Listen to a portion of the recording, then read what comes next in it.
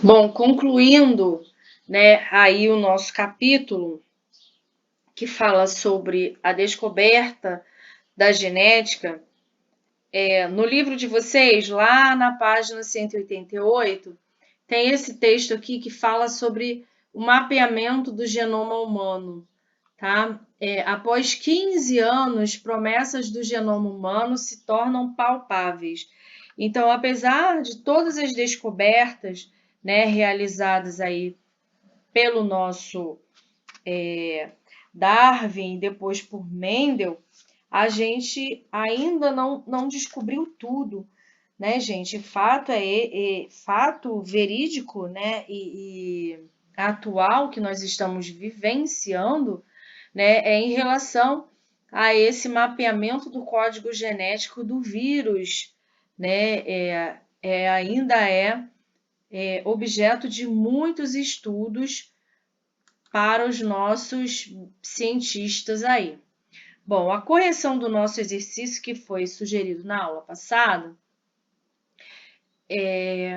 começa lá no sistematizar, na página 189, e ele diz assim: como se chama um indivíduo que tem alelos do mesmo tipo para determinação de genes? Né? Ele se chama homozigoto, é aquele que tem alelos do mesmo tipo. No caso lá, né, do nosso exemplo, é o azão-azão. Se eu quiser pegar um exemplo aqui, ó, alelos do mesmo tipo. Olha lá, Vzão, Vzão. E indivíduos que têm alelos diferentes são os heterozigotos, Vzão, Vzinho. Então, eles serão homozigotos, Vzão, Vzão, iguais, maiúsculas, ou Vzinho, Vzinho, iguais, só que minúsculos. Heterozigoto quando são diferentes, uma maiúscula e uma minúscula. No caso aqui do exemplo, Vzão, Vzinho. 2. Entre as características genéticas conhecidas de ervilhas, além da cor da semente, pode ser destacada a forma da semente, que pode ser lisa ou rugosa. Lisa, Vzão, Vzão ou Vzão, Vzinho. Então, você percebe que a característica lisa, ela é determinada pelo gene dominante, Vzão. Ó, ele apareceu aqui e ele apareceu aqui. Ou rugosa, Vzinho, Vzinho. É o alelo recessivo. A cor da flor, que pode ser púrpura, olha lá, Wzão, Wzão, ou Wzão, Wzinho, ou branca, que é o padrão recessivo, as duas inhas minúsculas. E a cor da vagem, que pode ser verde, dominante, ou amarela, recessiva. Bom, ele me deu aqui, gente, 3 características. Ele me deu forma da semente, ele me deu cor da flor e ele me deu cor da vagem. Mencione os genótipos relacionados a ervilhas com os seguintes fenótipos. Vamos ver lá, na opção A. Semente rugosa. Quem é que vai ser a rugosa? Olha ela aqui. Vzinho, Vzinho. Flor branca. Quem vai ser a flor branca? Cadê? Aqui. Wzinho, Wzinho. E vagem verde, ele pode ser Zzão, Zzão ou Zezão, Zezinho. Semente lisa, ele pode ser Vzão, Vzão ou Vzão, Vzinho. Flor púrpura, uma dessas duas aqui. E vagem amarela, só Zezinho, Zezinho. Tá bom? Que genótipos devem resultar do cruzamento de duas plantas, ambas com sementes amarelas, e genótipo azão-azão, e de uma planta amarela, azão-azão, com uma planta verde, azinho-azinho. Bom, nesse caso aqui, tá? Os genótipos serão 100% homozigotos, né? Porque eu vou cruzar o azão com o azinho.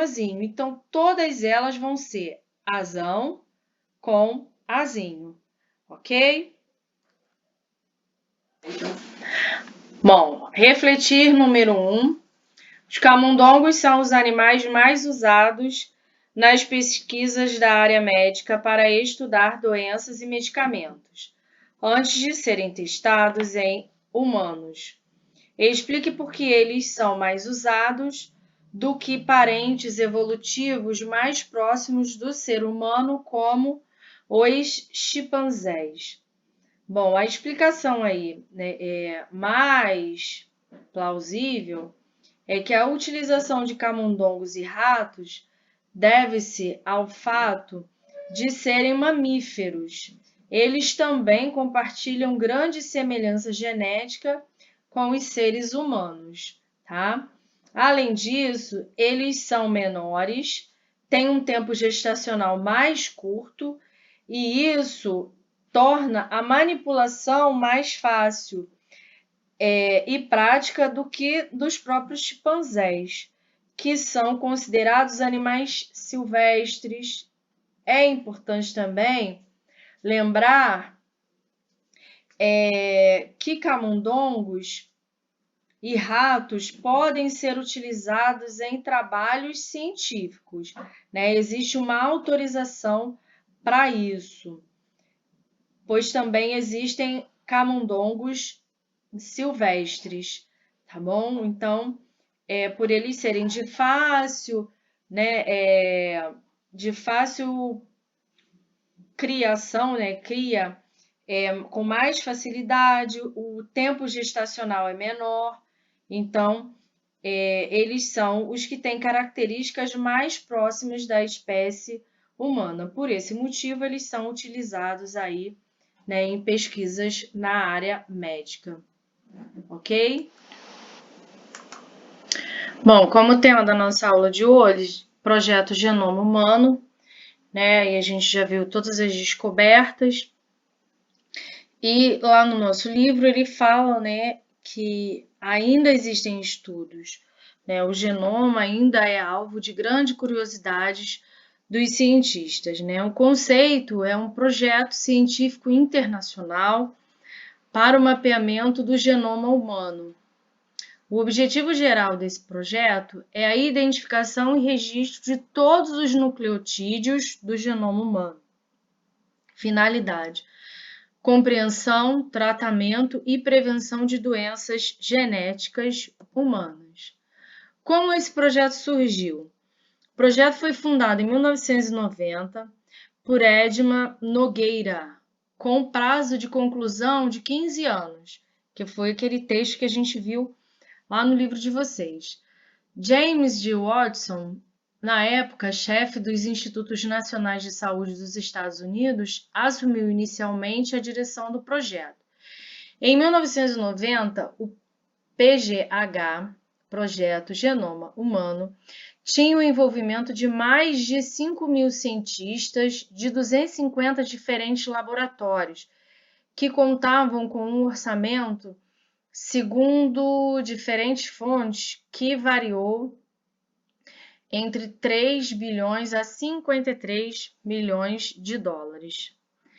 O projeto contou com o envolvimento de diversos laboratórios e centros de pesquisa ao redor do mundo, criando dessa forma o Consórcio Internacional de Sequenciamento do Genoma Humano. No dia 10 de julho de 1990, foi anunciado o primeiro rascunho do genoma humano. Como a precisão do desenvolvimento precisava ser máxima, muita análise e revisão foram feitas de modo de que cada base do genoma fosse sequenciada num total de 10 a 12 vezes. Em 14 de abril de 2003, um comunicado da imprensa conjunto anunciou que o projeto fora concluído, com sucesso, com o sequenciamento de 99% do genoma humano e com uma precisão de praticamente 100%, né, gente? 99,99%. O projeto Genoma tem como objetivo mapear cerca de 80 mil genes que se calculava existir no DNA humano, armazenar todas as informações coletadas e guardar em um banco de dados. Outro objetivo é descobrir todos os genes da sequência do DNA, para que no futuro possa ser usado na melhoria e modernização da biologia e medicina. Porém, o objetivo principal é mapear o cromossomo, dividir as suas células com resolução cada vez mais apurada, depois ordená-las para ter noção de suas posições e funções. A grande importância do projeto Genoma é tentar melhorar a qualidade de vida humana, procurar tratamentos para doenças genéticas e outros tipos de doenças, como alcoolismo, uso de drogas e outros vícios. Com certeza, com a dedicação dos pesquisadores, um dia teremos a cura genética para essas doenças. Bom, e aí aqui, né, é mais ou menos o que eles fizeram, sequenciamento, tá, desse cromossomo. Então, eu tinha ali uma célula, né, o núcleo das células humanas contém 46 cromossomos. Os cromossomos são formados por fibras de cromatina. Essas fibras, constituídas de um conjunto de histomas e DNA, né, o ácido desoxirribonucleico. As histomas são proteínas nas quais o DNA está enrolado. O DNA é composto de bases nitrogenadas, que são as letras do código genético, ATGC. Adenina, tinina, guanina e citosina, tá? Então, quando você olha aqui embaixo, né, uma fita, né, desse genoma, ela tem lá as iniciais de todo o DNA, né, desses códigos genéticos, né? Tinina, adenina, guanina, citosina, tá? Aqui, olha, na próxima a gente vê melhor, né? Que eu tenho um cromossomo, o DNA em espiral, todo enroladinho, essa fita em dupla hélice de DNA, né? E as 4 bases nitrogenadas, adenina, citosina, timina e a guanina. Bom, as principais descobertas foram: o homem tem somente 300 genes a mais do que um camundongo. O homem possui 220 genes herdados de bactérias. Então, eu tenho aqui o homem, 30 mil genes, as plantas com 25 mil, os germes 19 mil e as moscas, né, um organismo bem simples, 13 mil genes. Bom, algumas doenças que podem ser detectadas. Os cientistas, tá, eles acreditam que, graças a esses estudos, futuramente será possível eliminar muitas doenças de origem genética, que atingem inúmeras pessoas em todo o mundo, né? A gente sabe da síndrome de Down, que é um acidente genético, né? O gene de número 22, na verdade, ele tem um par a mais de cromossomo. Então, ele fica com, ao invés de um par, ele tem um trio, ele tem um cromossomo a mais. A talassemia é uma desordem hereditária, né? É uma doença do sangue. Ela é caracterizada pelas anomalias na produção de hemoglobina. Os sintomas dependem do tipo e elas podem variar muito, desde uma simples anemia até mesmo um atraso no crescimento de crianças, tá? Nas crianças. O albinismo, né, que a falta de pigmentação dos tecidos, né, da pele, do epitélio. O daltonismo, que é a dificuldade de enxergar cores, é um distúrbio genético. A síndrome de Turner é bastante rara e, ao contrário de outras síndromes, afeta apenas indivíduos do sexo feminino e não possui cromatina sexual. As meninas com esta síndrome são identificadas ao nascimento e na puberdade por suas características fenotípicas diferentes. A constituição cromossômica, essa doença genética, ela é causada no cromossomo X, tá? Por isso que só afeta as meninas, ok? Quando adultas, essas meninas apresentam uma baixa estatura, não crescem mais que 1,50 m. Não existe desvio de personalidade, sua identificação psicossocial não é afetada, então o tratamento é em decorrência da digenesia ovariana, a única fonte de estrógeno, né? Nessa doença não aparece, tá, o estrógeno. Países em desenvolvimento, países que se envolveram, né, nesse projeto Genoma. Basicamente são 18 países que iniciaram o programa e os maiores programas desenvolvem-se nos seguintes países, tá? Aí a gente tem as bandeiras desses países, né? O Brasil está entre elas, Reino Unido.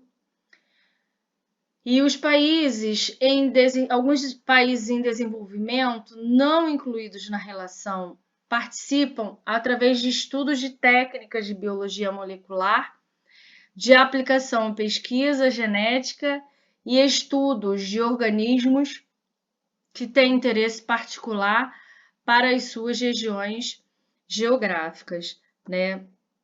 E aí eu deixo aqui duas perguntas para vocês. Quais as vantagens e as desvantagens do projeto Genoma?